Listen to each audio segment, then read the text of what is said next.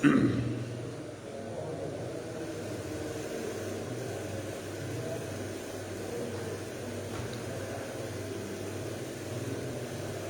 billahi minasyaitonir rajim. Bismillahirrahmanirrahim. Assalamualaikum warahmatullahi wabarakatuh. Innal hamdalillah nahmaduhu wa nasta'inuhu wa nastaghfiruh wa na'udzu billahi min shururi anfusina wa min sayyiati a'malina. May yahdihillahu fahuwal muhtadi wa may yudlil fala hadiya lahu. Asyhadu an la ilaha illallah wahdahu la syarika lah wa asyhadu anna Muhammadan abduhu wa rasuluhu alladzi la nabiyya ba'd.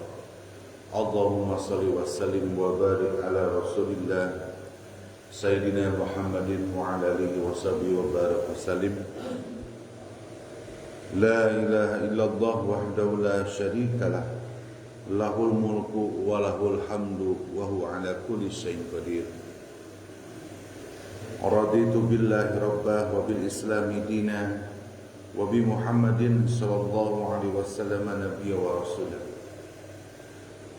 Subhanallah wa bihamdihi astaghfirullah wa atubu ilaih. Alhamdulillah, bapak-bapak dan ibu-ibu yang kami hormati, marilah pada kesempatan hari ini di pagi hari kita bersyukur kepada Allah Subhanahu wa taala atas nikmat dan karunia-Nya kita bisa hadir dalam ibadah-ibadah yang diperintahkan oleh Allah Subhanahu wa taala. Rangkaian ibadah ini kita bisa melaksanakan salat berjamaah, salat subuh berjamaah, dilanjut dengan zikir, dan dilanjut kita hadir di tempat yang mulia ini mendengarkan apa yang disampaikan oleh Allah dan Rasul-Nya. Mudah-mudahan apa yang disampaikan oleh Allah dan Rasul-Nya memberikan dampak kepada kita semua untuk selalu menjadi hamba-hamba yang bertakwa, hamba-hamba yang patuh dan taat kepada perintah Allah dan Rasul-Nya. Amin ya rabbal alamin. Salawat dan salam semoga tercurahkan pada junjungan kita Nabiullah, nabinya Allah, pilihan Allah, Nabi besar Sayyidina Muhammad sallallahu alaihi wasallam, pada keluarganya, pada sahabat, dan semoga kepada kita semua selaku umatnya yang selalu rindu dan memuliakan dan mencintai beliau.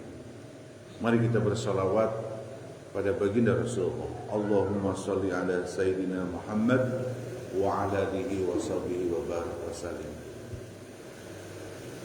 Hadirin berbahagia, pada kesempatan hari ini sebelum kita membahas di judul daripada kajian pagi ini adalah kalimatnya adalah muhasabah adalah kunci sukses di dunia dan di akhirat. Kenapa dipilih tema itu? Karena hari ini kita sudah masuk pada akhir tahun 2024. Dan hari ini adalah saya hari Ahad yang mungkin bisa mengisi di Desember. Nanti tanggal 29 Desember kita libur dulu karena sayanya mau pulang kampung, mau bertemu dengan orang tua di Ciamis. Mudah-mudahan diberikan kesehatan semuanya dan diberikan kebahagiaan, karena salah satu bahagia itu pada saat mudik ya. Kalau mudik itu pasti punya bekal ya. Kalau nggak mudik nggak punya bekal, bener Pak? Kalau nggak punya duit mah nggak mau mudik ya. Tapi biasanya mudik itu punya bekal dari mudiknya, bensinnya, jajannya, dan seterusnya ya. Jadi insya Allah tanggal minggu depan tidak ada, tapi insya Allah di bulan Januari kita akan mulai lagi. Saya hanya membacakan saja hadirin, kita mendengarkan apa yang disampaikan oleh Allah dan Rasul-Nya dan para ulama sebagai pewaris para nabi. Baik, hadirin berbahagia, sebelum kita membahas itu, mari kita coba membahas satu pembahasan di sini adalah perbedaan pemahaman yang perlu disikapi dengan sikap terbaik. Apa itu sikap terbaiknya? Jangan saling dengki, jangan saling menyalahkan, jangan sampai jadi benci. Hanya perbedaan teknik ibadah saja. Yang penting pada prinsipnya kita tahu dasar hukumnya. Ini yang kadang kita itu sulitnya itu ya. Ketika kita melakukan ibadah itu pemahamannya seperti itu, lalu sudah dikasih tahu bahwa itunya tidak ada dasarnya cuma ini, tapi ada dasar yang kedua yang memang itu dasarnya dari Rasulullah, kita mau rubah itu susah ya, beneran ya, itu sulit sekali karena keyakinan yang kita yakini itu kadang sudah membatu dengan kita, sudah menyatu. Karena tata cara ibadah itu ibu bapak itu tahunya waktu SD ya, fikihnya waktu SD. Jadi pada saat SD diajarin guru ustadz ngaji, yaitu yang kita tahu ya. Tidak ada perubahan sebetulnya dalam tata cara ibadah itu banyak dalam masalah melaksanakan ibadah kepada Allah Subhanahu wa taala. Makanya hal ini jangan sampai di kita ada. Yang ada di kita itu apa kalimatnya? Apa yang kita lakukan tahu dasar ilmunya. Itu kan Quran. Surat 17, surat Al-Isra ayat 36. Wala taqfu ma laysa laka bihi ilmun. Janganlah kamu melakukan sesuatu kalau tidak ada ilmunya. Ini mau urusan dunia ataupun mau urusan akhirat. Kalau urusan dunia, kalau mau bisnis ya harus tahu ilmu bisnis dong.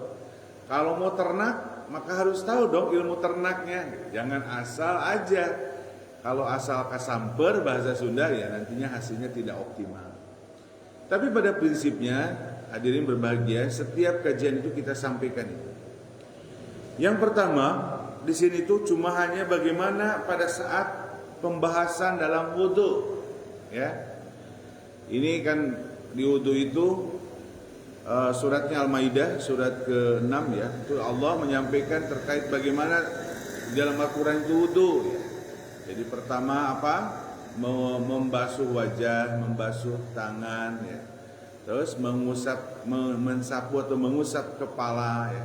Lalu dua kaki, ila ka'bain sampai ini. Itu di Al-Quran itu cuma itu aja. Tapi dalam pembahasannya di dalam wudu itu ada tekniknya, bagaimana cara wudunya. Maka adalah muncul hadis Rasulullah contoh dalam berwudu. Ya, kemarin masalah niat sudah ya. Niat itu pemahamannya ada yang dizaharkan, ada yang dikuatkan niatnya. Ada yang pakai usolli, niatul wudu'a, niat wudu dengan dizaharkan. Ada yang memang niat itu bersama dengan apa yang kita akan lakukan. Seperti contoh orang mau sholat, dia sudah wudu, dia itu sudah niat sholat. Gitu. Biarkan tidak pakai usolli ataupun mau pakai usolli silahkan. Jadi usolli itu tidak masuk rukun sholat, tapi termasuk teknik saja dalam menguatkan pada saat kita mau menghadap Allah supaya rada fokus niatnya, maka dibuatkan redaksi itu. Ya. Nah, itu. Nah, sekarang sama dengan wudu juga ya, jadi ini berbahagia. Nah, dalam perbedaan pemahaman di masyarakat itu, kalau wudu itu dalam mengusap kepala, ya. Jadi wamsahu rusakum itu. Di sini berbeda. Yang pertama pemahaman itu mengusap kepala itu karena dia melihat teknik di Rasulullah. Jadi Rasulullah mengeluarkan hadisnya. Bagaimana sih kita mengusap kepala? Bukan membasuh ya. Kalau membasuh dibanjur, mengusap aja dengan tangan ya ada airnya. Dan bukan rambut, kepala semuanya. Kalau rambut, kalau yang botak gimana tuh ya? Wudunya berarti nggak bisa. Jadi kepala sebetulnya. Jadi bedanya sebetulnya di masyarakat ada yang mengusap kepala, ada yang mengusap sebagian kepala. Nah itu aja konsepnya dua pemahaman itu. Kalau mengusap kepala sebetulnya sudah ada redaksi hadisnya. Bagaimana Rasulullah menyampaikan pada saat ketika wudu itu dia mengusap kepalanya ada tekniknya. Kita akan coba yang pertama mengusap kepala Rasul itu sampai telinga langsung. Karena telinga itu ya di dalam hadis Rasulullah, dalam hadis riwayat Abu Daud, al-udhuna min ra'si. Jadi telinga ini kata Rasulullah termasuk kepala. Ini konsepnya. Pemahaman pertama ketika wudu dia mengusap kepala dan kepalanya langsung ke telinga. Nah, jadi gini. Ya. Rasulullah mengatakan di dalam hadis ini bahwa mengusap bagian depan dulu kepala, Nah, imamahnya atau imamahnya juga kalau dia pakai imamah sorban dia juga mengusapnya. Nah, di sini lalu dikembalikan ke tempat semualah sampai telinga kedua. Jadi gini. Ada yang pertama itu kalau ada yang wudhu lihat begini, dibalikin, tarik ke sini duanya. Itu adalah redaksi hadis. Jadi bukan mengada-ngada hadirin. Jadi begini kan, tarik ke sana, balik lagi lalu ke telinga dua itu. Dan itu dalam hadisnya satu kali, tidak 3 kali. Harus dipahami hadirin. Coba lihat di masyarakat seperti saya wudhu sudah sebegitu. Karena redaksional hadisnya bahwa ketika pada saat wudhu itu bagian kepala depan sampai belakang ditarik kembali ke depan lalu masukkan ininya telunjuknya masuk dan ininya di luar masuk ke sini sudah 1 kali. Ya itu jadi yang pertama. Ini awas hati-hati. Ini yang pertama pemahamannya, gitu ya. Jangan sampai, saya nggak gitu. Kalau nggak gitu, ada pemahaman yang kedua yang biasa dilakukan oleh masyarakat itu adalah di sini karena menafsirkan di dalam Al-Quran itu sebagian kepala, sehingga dia mengatakan bahwa kepala yang ada yang disampaikan oleh Rasulullah sampai telinga, makanya dia wudhunya itu, yang 3 kali itu ada hadisnya. Jadi bisa 1 gitu ya, 2 sebagian kan, atau begini, atau ada yang begini. Tapi itu adalah, coba sekali lagi, ini adalah pendapat daripada ulama menafsirkan daripada wudhu. Padahal sebetulnya hadirin ada redaksional yang pertama hadis itu seperti itu. Nah, di sini disebutkan bahwa Rasulullah itu dalam merubah dalam wudhu itu ketika imamah pun sama. Pada saat imamah itu maksudnya pakai sorban diikat itu, nggak usah dibuka gitu ya, nggak apa-apa langsung gitu. Ya, di sini itu bahwa Rasulullah SAW mengusap bagian kepala, bagian depan kepala dan imamahnya. Nah dari sini Rasulullah itu pada saat ketika pakai imamah hanya depan saja, tidak sampai belakang. Kalau dibuka pada saat kepala itu dia ke belakang, tarik ke depan, lalu masukkan ke telinga. Jadi hadirin, tapi kalaupun mau sebagian seperti pakai ini ya boleh begini sebagian. Nah ini adalah pendapat yang pemahaman yang berbeda. Yang penting jangan saling menyalahkan, itu kalimatnya ya. Jadi kita tahu wudhunya. Nah, cuma konteksnya adalah Rasulullah SAW di dalam hadis ini bahwa mengambil air wudhu dengan kedua telinga, untuk kedua telinganya. Terus ada yang dipisah.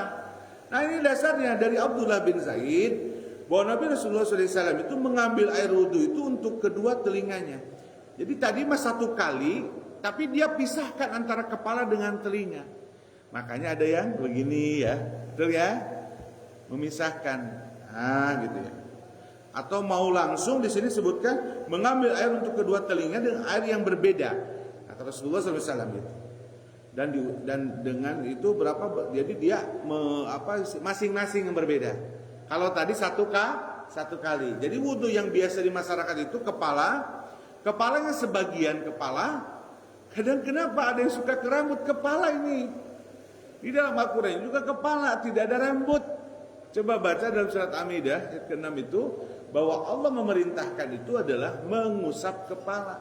Tapi ada orang yang gini, mungkin karena sebagian daripada kepala itu adalah rambut. Bahkan ada yang ini ya, gini deh. Ada yang begini betul? Karena itu berpendapatnya. Tapi padahal kalau kembali kepada redaksi hadis, itu dia dari depan, dari dua tangan, simpan ke belakang, tarik ke depan. Nah 2 hal yang berbeda ini jangan sampai ribut ya. Jadi ini hanya menyampaikan konsep itu. Baik, itu adalah pemahaman yang kita bahas terkait masalah tata cara ibadah. Dan di masyarakat ada berbeda. Wudhu itu cuma itu bedanya coba. Ya, hadirin, bedanya dikit, banyaknya sama ya. Makanya jangan ribut masalah wudhu jadi ribut ya. Jadi konsep di dalam Islam itu memang ada teknik-teknik ibadah. Yang pertama adalah teknik ibadahnya bagaimana orang itu menyesuaikan dengan perintahnya. Oh ternyata banyak di situ bagaimana Rasulullah. Oh Rasulullah begini, ya sudah kita ikutin. Sebagian lagi pemahaman itu mengikuti pemahaman daripada bagaimana menafsirkan di dalam Al-Quran terkait mengusap kepala sebagian di situ kalimatnya. Sehingga banyak teknik ibadahnya dan memisahkan dengan telinga. Karena kalau memisahkan dengan telinga yang berbeda, karena Rasulullah dalam hadisnya di sini dalam hadis riwayat Al-Baihaqi, yaitu tadi, jadi Rasulullah membedakan airnya. Kalau tadi kan sekali, langsung tinggi. Kalau gitu 3 kali ya, begitu. Baik, itu yang bisa disampaikan pada kesempatan hari ini terkait perbedaan dalam pemahaman di masyarakat terkait wudu. Jadi sebetulnya kalau kita lihat hadirin, perbedaan itu hanya sedikit, tidak banyak hadirin. Makanya dengan sedikit ini kenapa kok orang jadi meretakkan ukhuwah? Ya. Kadang ego atas dirinya gitu ya, benar ya? Oh, saya nih yang benar gitu ya. Yang penting mah apa yang kita lakukan punya dasar gak gitu aja. Oh dasarnya, oh lemah dasarnya, tanggung jawab nanti kalau lemah, tanggung jawab sama Allah. Oh ini mah hanya pendapat ulama, tanggung jawab nanti sama Allah. Pada saat ketika sudah menghadap, wattaqu yauma la tazzi nafsun an nafsi wa la yuqbalu minha syafa'a. Kata Allah tuh masing-masing kamu pertanggungjawabkan. Ya ngapain diributkan? Karena dari dulu pun sudah banyak perbedaan ini. Yang penting kita prinsipnya hadirin, kita punya dasar hukumnya. Jadi kalau punya dasar hukum ngapain harus diperdebatkan? Karena masalah ibadah mah yang penting bagaimana Allah dan Rasulnya memerintahkan, kan gitu. Kalau Rasul memerintahkan ini ada redaksinya kita pakai aja, tapi melewati daripada para ulama, kita tahu itu. Ya, adapun pemahaman itu jangan sampai menjadi meretakkan ukhuwah Islamiyah. Baik hadirin berbahagia, pada kesempatan hari ini kita cukupkan untuk masalah pembahasan pemahaman. Kita akan coba hari ini adalah judulnya bagaimana suksesnya orang yang bermuhasabah di dunia dan di akhirat. Ya. Yang pertama, muhasabah itu kalimat bahasa kitanya mengevaluasi diri. Jadi kalau yang namanya evaluasi melihat diri kita itu sebetulnya di dalam dunia pun, pekerjaan dunia sangat perlu. Makanya ada sifatnya kalimatnya monitoring dan evaluasi. Kalau ada satu kegiatan, ada gitu ya, ada monitoring dan evaluasi, memang diperlukan. Karena pada saat ketika satu pekerjaan kita lakukan, sudah disepakati SOP-nya, sudah disepakati aturan-aturannya, baru dilakukan oleh seseorang, maka perlu ada yang mengawasi, perlu ada yang mengevaluasi. Karena kalau orang tidak dievaluasi, maka kita tidak tahu plus minusnya pekerjaan kita, betul ya? Ya kalau perusahaan kerjasama dengan kita pun begitu. Quality kontrolnya, QC-nya itu ya harus dari perusahaan. Oh barang yang kita sudah buat nanti oleh timnya dilihat, oh ini kurang nih, ini kurang tebal nih, ini kurang ini, pasti itu. Artinya bahwa evaluasi itu sangat penting, harus dilakukan dan wajib dilakukan pada saat ketika kegiatan itu ingin sukses, betul ya? Kita sepakat itu? Sepakat. Kalau yang suka kerja pasti tahu terkait evaluasi itu. Begitu juga kita bicara bermuhasabah, mengevaluasi diri supaya kita meningkatkan kualitas ibadah kita. Makanya Umar bin Khattab itu kalimatnya di dalam ia menyampaikan hasibu anfusakum qabla an tuhasibkum. Hisablah diri kalian itu sebelum Allah menghisabnya. Makanya orang yang sukses dalam ibadah, sekali lagi kalimatnya, orang yang sukses di dalam ibadah itu adalah ketika dirinya selalu mengevaluasi diri dalam ibadah. Kita sepakat itu ya, hadirin? Nah, sekarang kita coba kita melihat apa yang diperintahkan oleh Allah dan Rasulnya terkait evaluasi ini. Muhasabah, kalimatnya gini. Muhasabah itu, evaluasi diri itu adalah merupakan perintah dari Allah Subhanahu wa taala. Jadi yang pertama itu bahwa kalau kita melakukan evaluasi diri, mengevaluasi diri kita sendiri, itu adalah perintah dari Allah Subhanahu wa taala. Ayo kita renungkan di hari ini. Kalau kita belum melakukan itu, berarti selama ini kita suka mengevaluasi diri enggak? Sekarang saya kasih tahu bahwa Allah menyampaikan bahwa muhasabah itu adalah merupakan perintah yang diperintahkan oleh Allah dan Rasulnya kepada kita semua. Surat yang pertama, surat Al-Hasr, surat ke-59 ayat 18. Ini ayatnya populer. Ini yang pertama. A'udzu billahi minasyaitonir rajim. Ya ayyuhalladzina amanu taqullaha wal tanzur nafsum ma qaddamat lighad. Wattaqullaha innallaha khabirum bima ta'malun. Jadi yang pertama ini perintahnya. Suratnya apa tadi? Surat Al-Hasr, surat 59 ayat 18. Allah menyampaikan, wahai orang-orang bertakwa beriman, bertakwalah kepada Allah, gitu ya. Dan hendaklah setiap hamba mempersiapkan apa yang akan dibawa nanti pada saat melakukan perjalanan menuju Allah. Ini saya kalimatnya diulang-ulang nih sekarang dari ceramah, karena saya pernah baca dalam tulisan Profesor Dr. Komarudin bahwa judul daripada tulisannya itu, ini dari teman saya, tulisan itu, kematian adalah mudiknya kita kepada Allah pada kampung halaman. Nah, kata Allah ini, kalau mau mudik punya bekal dong, jangan gitu. Ayo bekalnya. Maka kalimatnya pada saat ketika kita meninggal adalah kalimatnya kita mau mudik ke kampung halaman kita. Apa kampung halaman kita? Akhirat, tapi tempatnya adalah surganya Allah. Saya tanya kepada bapak-bapak nih, kalau bapak-bapak Pak Harto nih mau mudik ke kampungnya, bahagia enggak? Pasti bahagia. Lagi nyupirnya Pak Harto pasti bahagia. Karena apa? Karena kita pada saat pergi mudik itu pasti punya bakal. Kedua, pingin ketemu ayah dan ibu ataupun saudara. Makanya mudik itu bahagia, Bu Ita ya.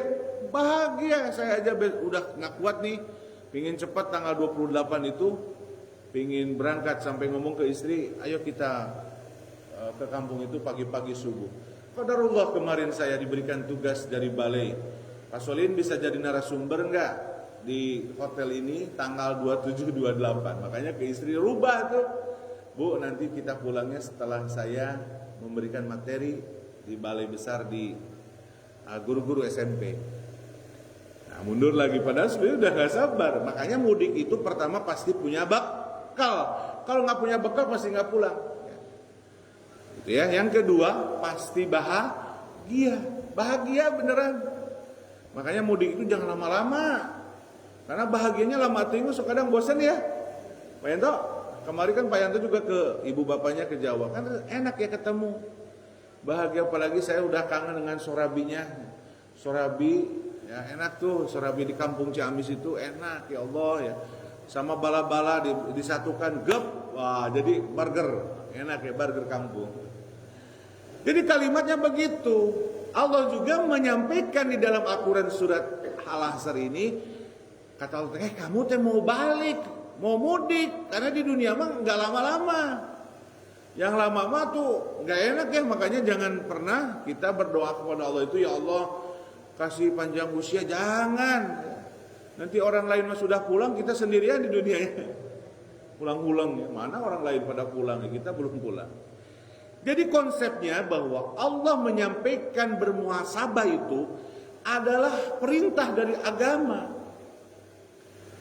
Awas, hati-hati nih hadirin. Ayo kita mulai mengevaluasi diri kita. Sejauh mana perjalanan kita di dunia ini, sudah banyak bekal enggak kita? Makanya Allah perintah, hendaklah kamu mempersiapkan ketika kamu mau pulang. Makanya tadi konsep pulang itu kita bahasanya mudik. Maka kematian itu adalah mudiknya kita ke kampung halaman kita, yang dikejar adalah fa'innal jannata hiya ma'wa, tempatnya adalah surganya Allah. Sepakat ya? Jadi apa kalimatnya? Mudik adalah kematian, atau kematian adalah mudiknya kita kepada kampung halaman kita. Siapa yang mau mudik sekarang? Ada yang mau mudik sekarang? Oh, jangan dulu. Sekarang mau mempersiapkan bekalnya, ya. Jadi itu konsepnya muhasabah itu adalah diperintahkan oleh Allah Subhanahu wa taala. Nah, yang berikutnya, kapan diperintahkan di dalam Al-Qur'an itu kita bermuhasabah? Sebetulnya setiap saat itu bagus. Setelah sholat berjamaah, setelah sholat duduk di masjid, lalu zikir, setelah zikir kita evaluasi diri, merenung aja. Tadi teh saya teh apa yang dilakukan ya? Oh gitu ya. Oh saya teh begini, tadi ke tetangga begini, aduh itu teh salah. Oh saya teh ke teman kita ucapannya salah. Coba, kalau kita tidak evaluasi, bagaimana kita mau tahu kesalahan kita? Mangga setiap saat kalau ada waktu untuk mengevaluasi diri. Tapi di dalam Al-Quran, hadirin, Allah sudah perintahkan bahwa kita harus mengevaluasi diri. Itu ada tempat yang sangat istimewa yang diperintahkan oleh Allah SWT. Pertama, dalam surat Az-Zariyat surat 51 ayat 18. Jadi kalau hadirin buka Al-Quran itu ayat 15, 16, 17, 18, Allah menceritakan pertamanya innalil muttaqina fi jannati wa uyun. Sesungguhnya orang-orang bertakwa itu masuk surga, kata Allah tuh. Surganya yang luas ya. Ada apa? Kenikmatan yang banyak. Allah mengatakan di dalam ayat selanjutnya bahwa kebiasaan ahli surga di dunianya, kalimatnya begitu. Jadi orang-orang nanti yang mengisi surganya Allah nanti di akhirat kampung kita, kata Allah tadi penghuni surga itu pada saat di dunianya itu dia selalu melakukan evaluasi kapan waktunya. Dalam surat 18 itu ayat 18 itu wabil ashari hum yastaghfirun. Tempatnya adalah di waktu sahar. Ini hadirin tadi sebelum bangun, setelah bangun, pasca waktunya di waktu sahar atau di waktu malam. Kan kalau dalam Islam itu ada yang disebut al-lail malam, ada yang disebut sahar. Ini harus tahu. Kalau al-lail itu qiyamul lail, menegakkan salat malam. Makanya salat malam itu yang disebut witir ataupun tahajud ada tekniknya ibadahnya. Jadi jangan sembarangan. Oh saya mah mau sebelum tidur boleh. Kalau pada Isya itu sudah disebutkan al-lail. Tapi tidak boleh tahajud. Waktunya adalah witir. Sebelum tidur kita melaksanakan sholat qiyamul lail witir. Boleh. Makanya dalam Islam itu al-lail itu sampai waktu sahar, bukan waktu subuh. Makanya waktu Isya itu dibatasi. Tidak serta-merta jadi waktunya pada saat sepertiga malam jadi Isya boleh. Tapi kalau bisa Isya itu memang pada saat waktunya. Jadi waktu sahar itu menjelang waktu subuh. Maka kalimat sahur itu dari bahasa Arab. Ayo kita sahur yuk. Nah, sahar itu waktu sahur, waktu sahar sama aja. Jadi kalau sahur itu pada saat besok sebentar lagi kita Januari itu kan sudah masuk Rajab ya. Bulan haram, bulan yang dimuliakan oleh Subhanahu wa taala, haram, rawah, saum. Nah, di saum itu nanti ada waktu sahur. Dan waktu sahur itu adalah waktunya menjelang subuh. Jadi kalau sahur itu jangan jam 1 malam. Itu mah makan malam itu mah ya. Waktu sahur. Jadi supaya apa? Supaya kuat nantinya puasanya. Nah, Allah menyampaikan dalam surat Az-Zariyat itu wabil ashari hum yastaghfirun. Kata Allah itu evaluasi diri, memohon ampun kepada Allah itu di waktu sahur. Jadi tadi ketika sebelum subuh, setelah sholat tahajud, setelah kita doa kepada Allah, ketika kita sudah apa?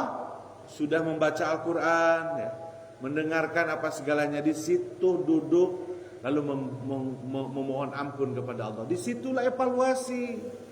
Kalau yang namanya kita memohon ampun kepada Allah, artinya bahwa kita mengevaluasi.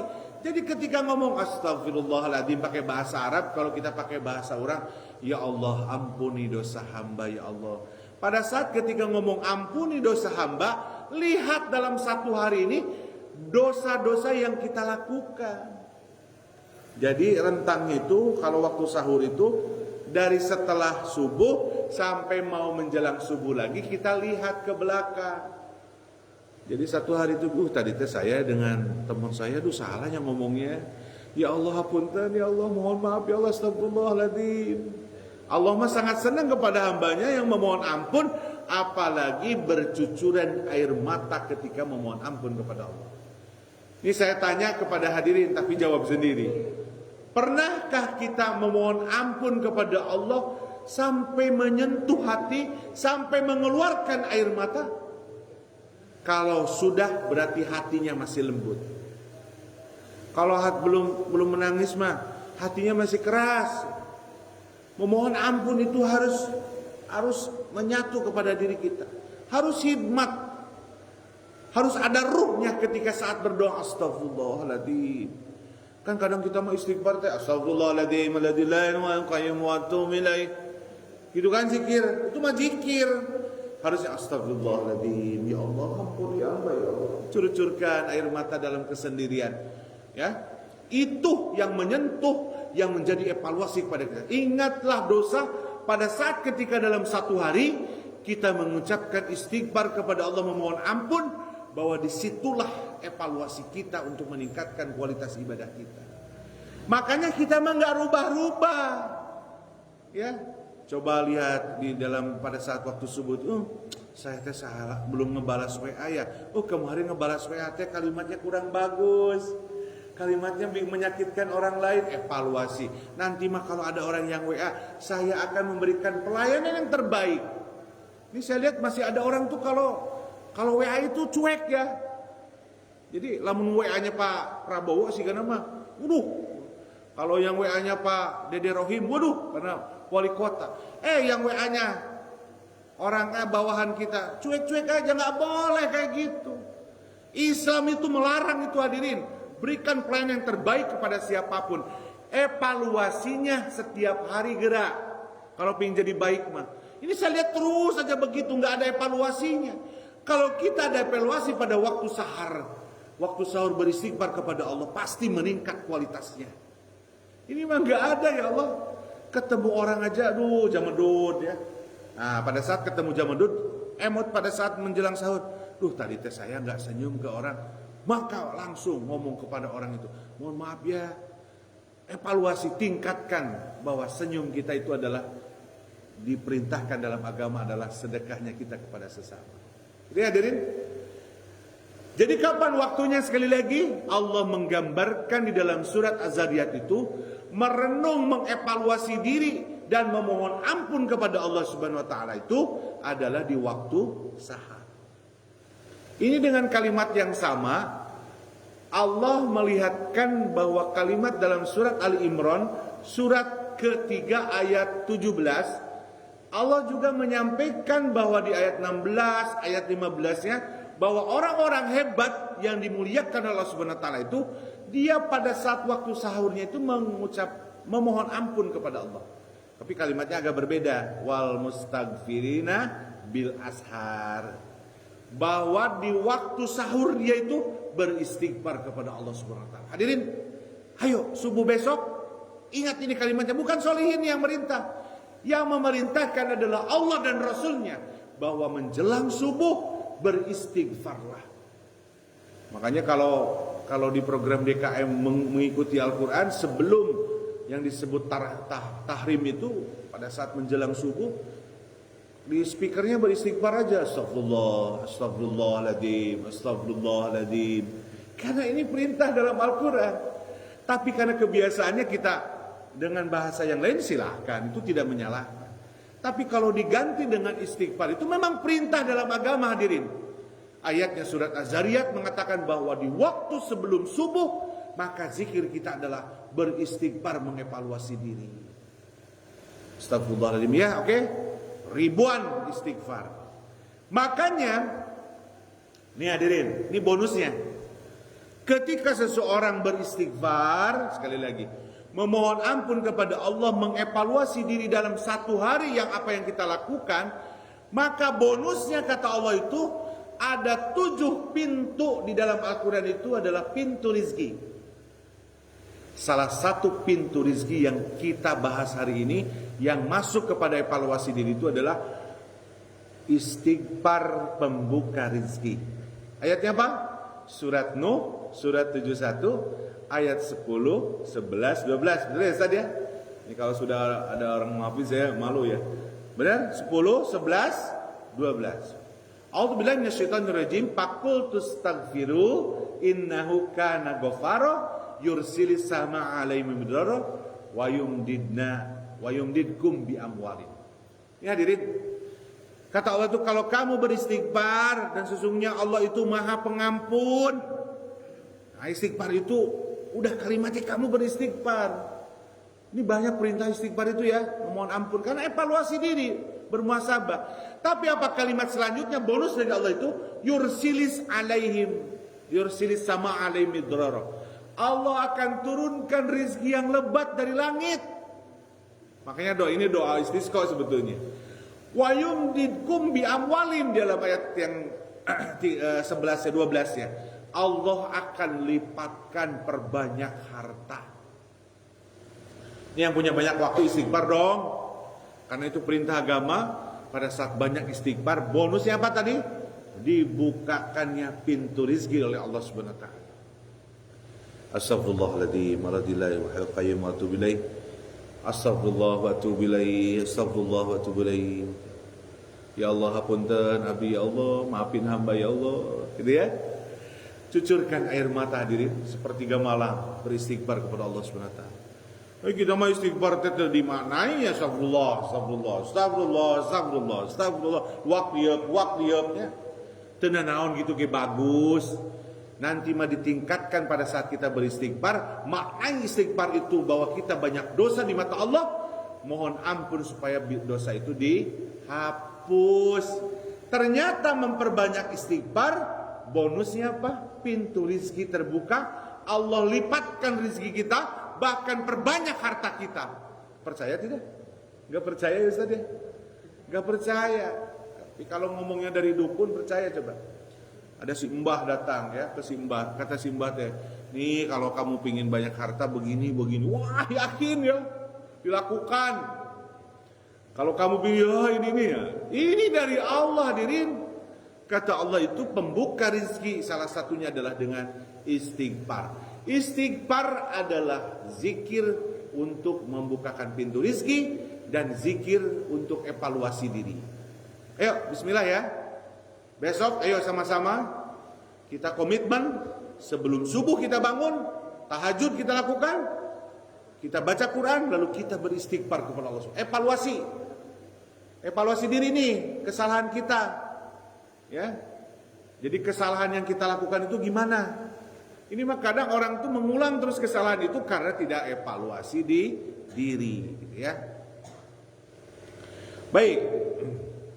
Jadi di dalam surat Nuh itu, surat ke-71 itu Allah membukakan pintu rezeki. Nah, ada satu kalimat redaksi di dalam Al-Qur'an, hadirin. Ini yang menjamin yang memerintahkan kepada kita sudah datang itu. Kita makan kebuli hari ini ya, insyaallah. Jadi gini, Allah menyampaikan begini kalimatnya. Di dalam surat Ali Imran, surat ketiga ayat 134, 35. Allah menyampaikan gini. Wa idza fa'alu fahisatan aw dzalamu anfusahum zakarallahu apa Ustaz? Zakarallahu lidunubihim fastaghfaru lidunubihim zakarallahu fastaghfiru lidunubihim wa may yaghfiru dzunuba illallah. Ya, jadi kata Allah itu begini, wa idza fa'alu, kalau kamu melakukan sesuatu fahisah dosa. Fahisah itu dosa hadirin. Ya. Adzalamu anfusahum atau zalim, menzalimi diri kamu sendiri. Ayo zalim diri sendiri itu gini. Kita penyakit asam urat nih. Maaf ya. Punya penyakit asam urat. Cek dokter teh, kalau punya penyakit asam urat kamu jauhi jeroan katanya. Jeroan ya, jangan dari. Oke kan dokter teh. Nggak ada jeroan. Tah kalau ketika makan jeroan itu kan zolim pada diri kita. Dan cek dokter kamu teh asam urat. Persis saya nih orang gendut. Kadang makannya banyak larangannya dilarang gitu ya. Itu teh zalim kepada diri kita. Termasuk merokok ya. Kadang merokok itu saya juga masih suka merokok. Ini begitu ya. Kata Allah, zakarallah, ingat kepada Allah, fastaghfir, maka kamu beristighfarlah. Jadi itu teh kalau kita dosa itu harus bertaubat nanti. Gitu ya, hadirin yang berbahagia. Jadi apa yang pertama? Kiat sukses supaya dunia akhirat kita bahagia, bahwa muhasabah adalah kunci suksesnya kita bahagia. Yang pertama yang harus dipersepsikan dalam diri kita, muhasabah itu perintah agama, perintah Allah. Kapan waktunya? Setiap saat, tapi Al-Quran menggariskan di waktu sahar itu adalah tempatnya kita bermuhasabah. Boleh setelah sholat asar ya, karena santai. Setelah sholat asar, zikir, berdoa, lalu di situ merenung, duduk, ya Allah maafin hamba, boleh. Tapi ini karena diperintahkan di dalam Al-Quran, ternyata kebiasaan ahli surga itu, di kapan dia beristighfarnya? Di waktu sahur. Lima waktu sahur itu masih mending nih, yang hadir di masjid pasti bangunnya sebelum subuh. Ada orang tuh yang kesiangan ya. Jadi waktu sahurnya di waktu duha ya. Gitu ya. Yang kedua, hadirin, kalimatnya adalah muhasabah adalah salah satu, atau muhasabah adalah merupakan sifat daripada hamba Allah yang bertakwa. Kan kemuliaan seseorang itu diukurnya cuma satu oleh Allah, itu apa? Bertakwa tidak, gitu ya. Siapapun orangnya, hamba Allah ini lihatnya bertakwa tidaknya. Kalau takwa itu kan kalimat dalam bahasa kita, dalam bahasa Arab itu didefinisikan imtithalul awamirillahi wajtinabun nawahi. Orang yang selalu taat kepada Allah dan Rasulnya itu orang bertakwa, hadirin. Taat pada perintahnya, menjauhi larangannya, itu orang bertakwa. Siapapun orangnya, itu kemuliaan. Bahkan di dalam surat Al-Hujurat itu Allah menyampaikan inna akramakum indallahi atqakum. Kemuliaan seseorang itu lihat takwanya. Jangan lihat hartanya, jangan lihat jabatannya. Kemuliaan itu hanya orang-orang bertakwa. Maka jangan pernah kita menghinakan orang-orang di bawah kita secara ekonomi. Bisa jadi dia mulia di mata Allah Subhanahu wa taala. Kadang kita mah begitu ya menilai orang tuh ya, dari hartanya, dari jabatannya. Ai nyapa orang kaya beda. Ai nyapa atasan kita beda. Ai ke yang lain beda. Ini apalagi seorang perempuan ya. Yang perempuan itu harus baik, menghormati, hidmat, memuliakan yang namanya suami ya. Ai kabatur pamajikan teh, ngomongnya dialus-alus pamajikannya, betul? Tapi kasalaki, Allahu akbar, naudzubillah min dzalik, astagfirullahaladzim. Padahal dosa besar itu, hadirin. Ke suami yang terdekat, yang jadi kita tuh laki-laki yang berkeringat untuk kehidupan keluarga, pemajikan bawel, cerewet ya. Pemajikan ngomongnya akhirnya tebetah ya, Pak Yantonya. Jadi tebetah gitu teh. Akhirnya di pos ya orang teh. Tapi bukan berarti yang suka di pos tidak betah ya gitu. Karena begitu ya, hadirin. Jadi sifat orang yang bertakwa itu pasti muhasabah. Ya benar itu ya logikanya. Bagaimana kita mau meningkat kualitas ketakwaan kita kalau kitanya tidak evaluasi diri? Coba lihat nih, ngerenung teh, orang teh kalau ngomong kabatur teh suka tidak mengenakan ya, tidak membuat orang bahagia. Rubah tuh kita itu. Kalau kita mengevaluasi itu bisa merubah diri kita, cepat rubahnya. Iya mau ngabagal sifat teh, jadi apa bahasa Sunda teh? Jadi wataknya. Amit-amit watak jeleknya bikin orang yang isi eta mah da kitunya watakna teh. Pasti gitu-gitu wahnya. Aneh ya, segitu ya. Kenapa begitu? Karena tidak pernah mengevaluasi diri. Orang bertakwa itu mengevaluasi diri. Dia sekarang kan komunikasi tidak langsung. WA juga bisa langsung, telepon bisa langsung. Evaluasi dong. Saya sebagai pimpinan di SMK 2 itu mengevaluasi. Ketika di sini ada yang jadi pimpinan organisasi, lihatlah pekerjaan kita di organisasi. Suka mengevaluasi enggak? Melihat anak buah kita enggak? Melihat tim kerja enggak? Lalu dievaluasi, jangan nih mak, aduh kadang suka ya Allah ya. Saya kalau nggak gitu nggak sukses, ya. Memerintah itu di dalam sebuah organisasi perlu sangat. Makanya kalimatnya adalah muhasabah merupakan sifatnya orang bertakwa diri. Jadi orang bertakwa itu nyantai. Nih, ada satu kalimat. Ini dari ulama besar Maimun bin Mahram rahimahullah berkata, la yakunul abdu taqiyan. Tidaklah seorang itu disebutkan orang yang bertakwa. Ini sampai begini. Kamu tuh bukan orang bertakwa, gitu ya.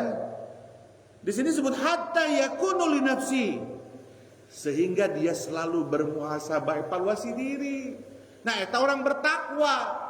Ya mengabagel weh sifatnya gitu deh.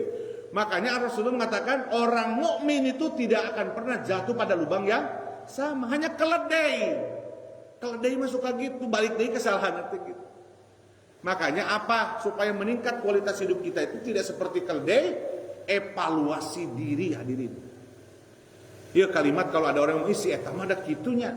Walaupun sok salat kitu kene watakna teh.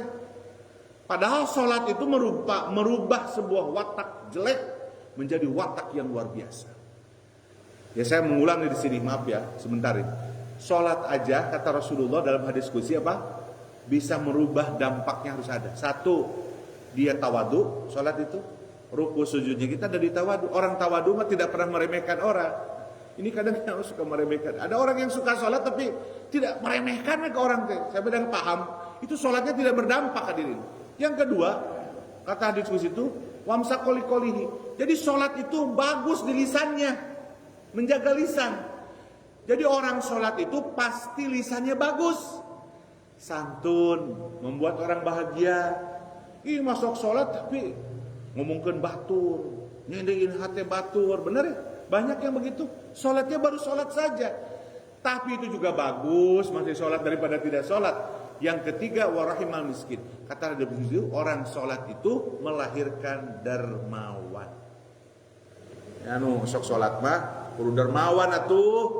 Ya, punya harta itu dibagi-bagi. Jangan dikekewak wae ya. Makanya kalimatnya adalah tidaklah seseorang itu menjadi orang yang bertakwa hatta ketika dia itu sehingga dia mengevaluasi dirinya. Makanya ayo kalau kita menjadi orang yang bertakwa, evaluasi diri. Terakhir nih karena sudah hadir ya supaya waktunya udah lama lumayan tuh. Yang terakhir kalimatnya begini. Buah manis dari muhasabah, kalimatnya begitu. Buah manis dari mengevaluasi diri adalah taubat. Jadi buah manisnya taubat dah. Jadi kalau udah renung teh, nah berazam langsung. Kan syarat taubat itu harus berazam dong, menyesali dulu. Menyesal kalau taubat tuh, ya Allah salah saya itu ya. Salah ya Allah. Langsung berazam kan? Taubat itu kan gitu. Taubatan nasuha disebut yang sungguh-sungguh. Saya berazam tidak akan mengulangi dosa ini. Bismillah. Baru yang ketiga apa? Beristighfar. Kan taubat itu begitu. Astagfirullahaladzim ya Allah, mau min hambuta. Saya berazam tidak akan melakukan ini. Ini salah ya Allah. Salah saya nggak akan lakukan. Saya udah berdosa ya Allah. Nah, di situ berazam tidak melakukan lagi. Baru kita niatkan untuk memperbanyak amal soleh. Ayatnya begini, kalau taubat itu dari Nabi kita, Nabi Muhammad SAW dalam hadis riwayat Ibnu Majah, kata Rasulullah itu an-nadamatu taubatan. Pertama yang harus diketahui kata Rasulullah, kalau kamu menyesal dari ketika melakukan perbuatan dosa, berarti itu adalah sudah taubat. Makanya kalau merenung itu coba lihat dosa kita. Kita tuh nggak kelihatan aja dosa di masyarakat itu karena ditutup aibnya. Padahal kalau dibukakan aibnya banyak dosa kita itu ya. Menyendiri, pegang handphone ya. Kalau bapak-bapak pegang handphone, tuh enak banget ada kuota ya. Menelusuri dunia maya. Wah, gaya aja. Menelusuri dunia maya. Aku dilihat etak-etak ini, daresapnya. Nah, mana kan dosa menyendiri. Ya Pak Ade ya, begitu ya. Ngot, main handphone sorangan. Aduh, resep. Padahal itu dosa contoh ya. Ini contoh bukan Pak Ade. Disitulah kita harus bertaubat. Oh iya kamalitas saya muka internetnya muka anu kitunya. Ya Allah, astagfirullahaladzim, memohon ampun sama Allah. Berazam kuat, saya tidak akan melakukan lagi. Bila perlu kuotanya tidak ada. Nah, kuotanya saya nggak akan beli. Kalau nggak beli mah nggak ada komunikasi Ustaz ya. Centang satu aja, ya. Tidak ada centang duanya, tidak biru lagi. Jadi kalimatnya yang terakhir itu adalah buah manis daripada kita bermuhasabah itu bertaubat. Taubatnya di dalam Al-Quran itu surat apa? Surat At-Tahrim, surat 6 ya. Surat At-Tahrim ayat 8. Ini kalimatnya sudah umum. A'udzubillahi minasyaitonirrajim. Ya ayyuhalladzina amanu tubu ilallah taubatan nasuha asa rabbukum ayyukaffir ankum sayi'ah. Sampai situ aja dulu. Kata Allah, wahai orang beriman, taubatlah. Ini yang dipanggil orang beriman, karena yang iman yang tahu sadar diri mah. Tahu sadar diri bahwa kita itu banyak salahnya. Kata Allah itu bertaubat nasuha, sungguh-sungguh taubat teh. Asa semoga Allah ayyukaffiru ankum sayi'at. Allah akan ampuni itu dosa itu. Jadi hadirin, ayo taubat itu tiap hari. Bukan taubat itu setahun sekali ya. Atau tobat setahun sekali mah hese. Nempona ya bulan Januari non dosanya. Setiap hari kita mengevaluasi. Itu perintah agama. Kalau acara-acara di akhir tahun mah bukan berarti saya tidak setuju, silakan aja, itu juga bagus. Tapi diperintahkan agama itu evaluasi itu tiap hari. Nah, tiap tahun ada yang mau Muharraman, mau sebelum setelah Zulhijjah. Di akhir Zulhijjah kita mau ada satu Muharram tahun baru Islam. Maka ada acara bermuhasabah berjamaah, boleh, nggak apa-apalah, silakan. Tapi yang di dalam Al-Quran itu perintahnya adalah setiap hari kita evaluasi, bertaubat itu. Taubatannya, syarat taubat saya akan syarat taubat satu, apa ibu bapak? Taubat syaratnya islamnya satu, menyesali apa yang kita lakukan. Jadi harus menyesal dong. Tadi kata Rasulullah kalau taubat itu harus menyesal. Yang kedua apa? Setelah menyesal itu berazam tidak mengulangi. Betul ya? Yang ketiga memohon ampun kepada Allah atas dosa itu.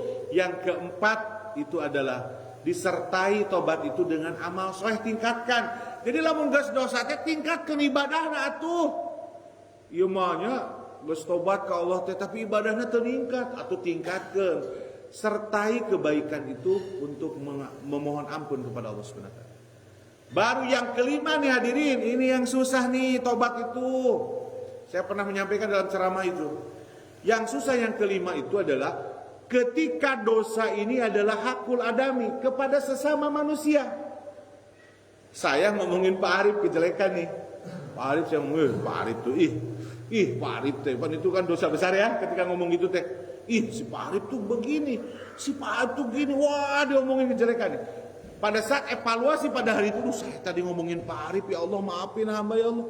Allah teh mau akan dimaafkan ku Allah mah, kecuali saya minta maaf ke Pak Arif.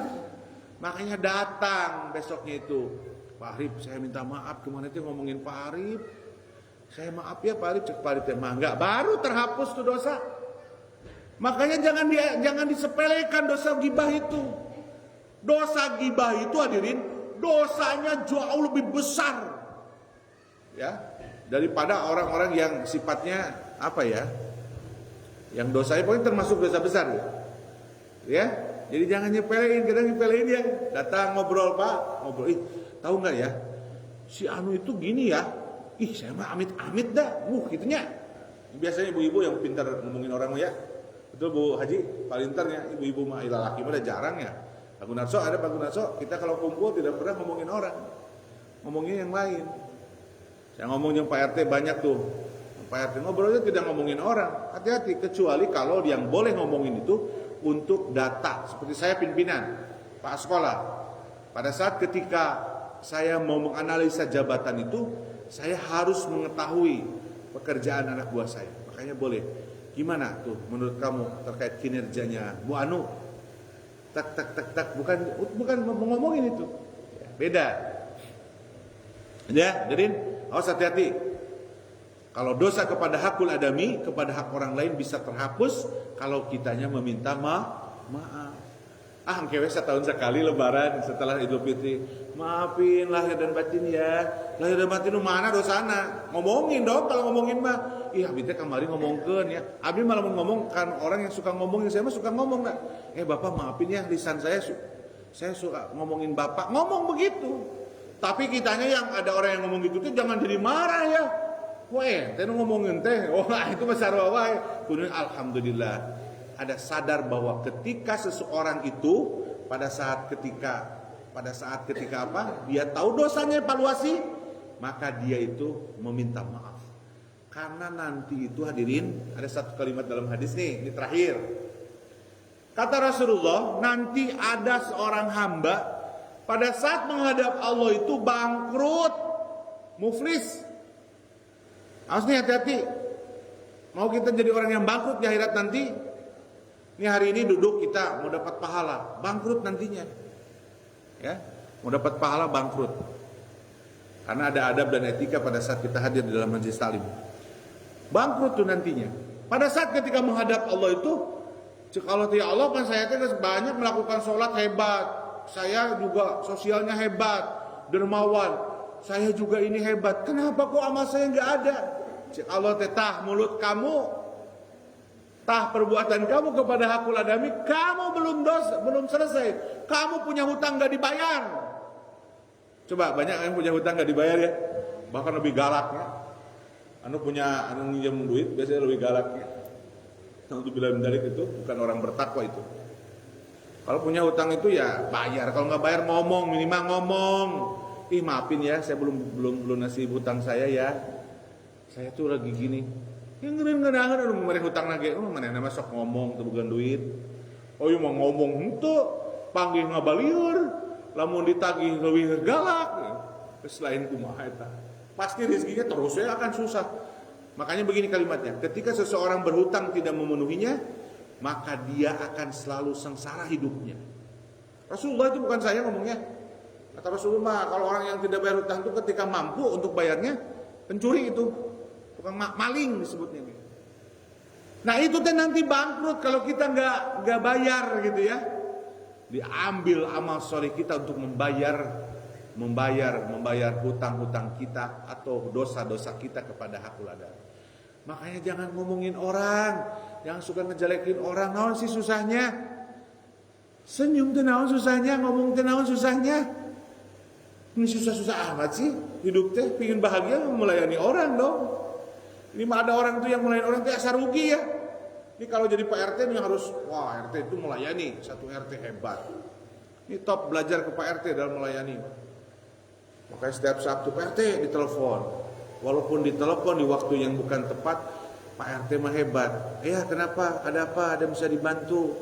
Duh cakep. Ulah ngomong kieu RT teh, puting-puting walaupun kurang aing ke. Ieu ulah eta teh, bahaya itu. Kan sudah jadi RT ya sudah mau melayani masyarakat 24 jam dong. Walaupun BOPD-nya cuma berapa? 300.000, 250 ya Pak Yanto. Gak apa-apa, nanti Allah lipatkan yang lain. Mudha'afan katsira. Surat Al-Baqarah surat kedua ayat 245. Kalau kita selalu meminjamkan hidup ini kepada Allah, menjual diri kepada Allah, mudha'afan katsira kalimat. Allah lipatkan. Di RT itu nanti hartanya banyak itu Pak RT itu ya, kalau tulus dan ikhlas dalam mengerjakan tugas. Baik hadirin berbahagia, jadi pada kesempatan hari ini pagi ini kita sampaikan kepada Allah dan Rasulnya kita akan patuh dan taat. Ya, jadi kepada Allah dan Rasulnya kita akan patuh. 3. Muhasabah di Januari nanti besok bukan Januari, tanggal 20. Berapa sekarang? 22 berarti besok. Sekarang kita bertaubat kepada Allah Subhanahu wa taala. Semoga Allah mengampuni dosa-dosa yang kita sudah lewati. Kita memulai dengan lembaran baru. Bagaimana kita setiap hari bermuhasabah. Oke? Sepakat nih? Apa kalimatnya? Setiap hari kita bermuhasabah diri, melihat diri supaya meningkat iman dan takwa kita. Baik ya, hadirin, mudah-mudahan kita hari ini Allah berikan hidayah, dimudahkan hatinya untuk menerima Allah dan Rasulnya, menerima Al-Quran dan hadis, dan para ulama menyampaikan kepada kita, sehingga kita meningkat kualitas ketakwaan kita dan hanyalah orang-orang yang bertakwa yang mulia di mata Allah. Jangan melihat hartanya kepada orang itu, jangan melihat jabatannya, Jangan melihat bahwa itu dia habib atau tidak, ulama atau tidak, ustadz atau tidak. Itu perlu kita hormati. Tapi berikanlah pelayanan yang terbaik kepada siapapun. Kalimatnya begitu. Berikanlah pelayanan yang terbaik kepada siapapun. Jangan membeda-bedakan. Kalau kita masih membeda-bedakan, berarti bertakwanya masih setengah lah, seperempat lah gitu ya. Takwanya belum sempurna. Jadi hadirin, terima kasih atas perhatiannya. Mudah-mudahan bermanfaat bagi kita semua. Mari kita nanti bersama-sama seetik ewang lah kita sarapan. Kalau sarapan makan sedikit ya. Hari ini adalah menunya adalah kebuli. Ya, mudah-mudahan bermanfaat bagi kita semua. Aqulu qouli hadza wa astaghfirullahi wa lakum. Subhanakallahumma wa bihamdika asyhadu an la ilaha illa anta wa astaghfiruka wa atubu ilaik. Terima kasih. Wassalamualaikum warahmatullahi wabarakatuh.